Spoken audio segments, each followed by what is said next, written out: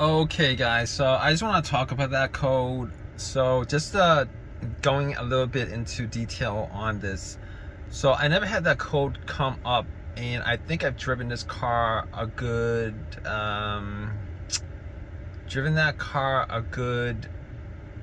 car a good, let me see, 300, 400, 500, like 600 miles, up until maybe like couple of days ago when I swapped out the auto, because I've had it on auto for the first 400 miles. I had it on auto because I had a hitch. When I picked up this truck, I actually put my other car on the hitch on this truck. All right, so when I did that, I switched to the auto because common sense told me to put it on auto, because I had a hitch on it and I had my Prius on it, and common sense just told me to put it on auto. So I drove it for like 400, 500 miles, and even the trip was like 350 miles back. I had no issues with the transmission. And I don't think I have issues with the transmission as of right now. Maybe it's an electrical thing, but I figured maybe I'd save on gas if I put it on two-wheel drive instead of auto. And I did that maybe like, I don't know, 3 or 4 days ago, maybe last week. And ever since then, I started having this issue where every once in a while, it would rev up. Like if I push the accelerator, put my foot on the accelerator just a little bit, it would rev up. And that doesn't happen all the time. It's a rare occasion that it happens. But it's been happening more and more. And then I got that code yesterday for the hybrid system, whatever. And it's, you know, and I looked into it a little bit, and it didn't seem to be all that serious. There might be something wrong, you know, some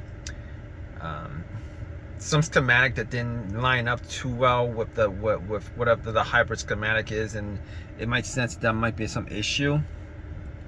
But I remember yesterday when it did this, where it revved up a little bit, I was trying to go through, trying to diagnose the issue, trying to clear it up, because once it did that, the engine wouldn't shut off.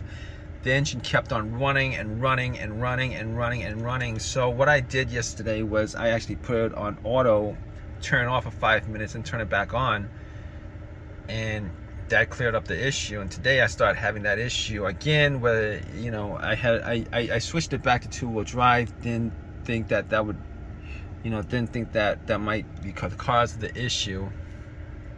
Popped it back to two-wheel drive, and it had this issue happen again in the afternoon, and the engine wouldn't shut off like before. So then I popped it back to auto, because it occurred to me that I did pop it back I popped it to auto yesterday for it to reset itself. And originally I thought it might have reset itself, probably because if you just leave it out for 5 minutes, it will reset itself, but that's not the case. So basically, I popped it on auto, and I shut off for like a couple of minutes and put it back on. It didn't fix the problem, but then I kept it on auto, and I went to the Home Depot for like, I don't know, a good 15, 25, 30 minutes or whatever, and it came back and it reset itself. So, and I assume that this whole entire issue is probably because of the two-wheel drive on here. I'm probably never going to set it to two-wheel drive again, because I've been experiencing this issue where the hybrid system would throw a code, and the hybrid system wouldn't turn off. And the only way that I did it, and the only time it happened was like yesterday and today, but that's been recent. So